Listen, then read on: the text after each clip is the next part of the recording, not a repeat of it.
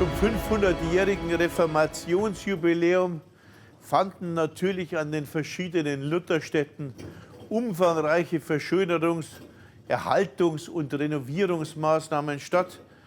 Und wie bei vielen Jubiläen davor wurde dort natürlich auch die Substanz der Bauten betroffen und wurden Grabungen durchgeführt, die natürlich in lutherzeitliche Schichten führten.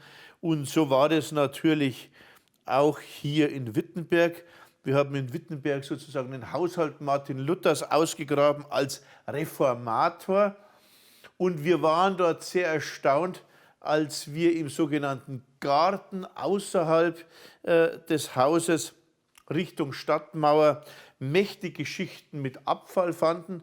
Wir fanden den berühmten Lutherturm, in dem Luther wohl das Turmerlebnis hatte und in dem Luther seine unfassbar umfangreichen Werke schrieb. Luther war ein unglaublich fleißiger Mensch. Man kann sich nicht vorstellen, wie er bei all diesen Tätigkeiten noch seine umfangreiche Publikationstätigkeit entfaltete. Aber am Fuße sozusagen dieses Turmes fanden wir Auffüllschichten und in diesen Auffüllschichten fand sich der gesamte Lutherhaushalt, soweit er auf den Abfall geworfen worden war. Also eigentlich etwas ganz Ähnliches wie in Mansfeld. In Eisleben haben wir weniger Abfallgruben gefunden. Und diese mächtigen Abfallschichten beinhalteten zahllose Gegenstände und diese Gegenstände waren deshalb so wichtig, weil sie einen ungefilterten Blick ins Leben ermöglichen. Sie müssen sich vorstellen, wenn Sie etwas über eine Person wissen wollen, und zwar wirklich objektiv wissen wollen, dann dürfen Sie nicht die Person selbst fragen und auch nicht die Freunde und auch nicht die Feinde. Jeder wird ein intentionales Bild abgeben. Am besten ist es, Sie schauen sich 2 Wochen lang den Müll an und der Müll sozusagen des Reformators hat uns ungeheure Einsichten gegeben, sowohl in Eisleben als auch in Wittenberg. In Wittenberg zeige ich Ihnen nun ein kleines Detail. Sie sehen hier sogenannte Glasnodi, also sozusagen Knöpfe und Zwickel, die sich auf Gläsern mit Stängeln befanden. Und diese Gläser wurden hergestellt zum allerersten Mal und in unglaublicher Qualität in Venedig.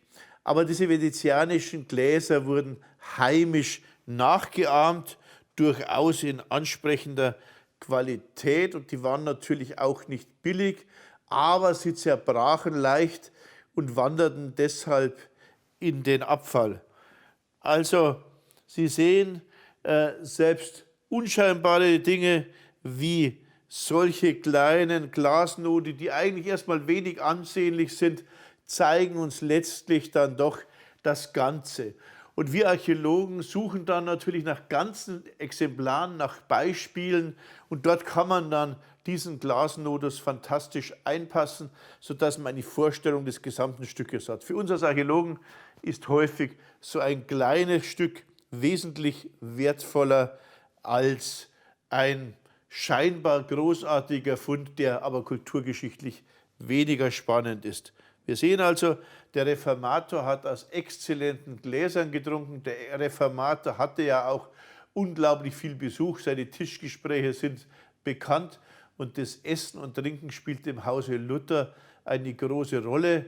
Wobei man auch wissen muss, dass in der gesamten frühen Neuzeit, wie auch im hohen Mittelalter, natürlich weniger Wasser getrunken wurde, sondern etwa verdünntes Bier oder Wein, da das Wasser von gesundheitsbeeinträchtigender Qualität war. Aber Luther wird, und da können wir davon ausgehen, mit einem dieser Gläser auf einem seiner abendlichen Mahle mit seinen Freunden und Besuchern angestoßen haben.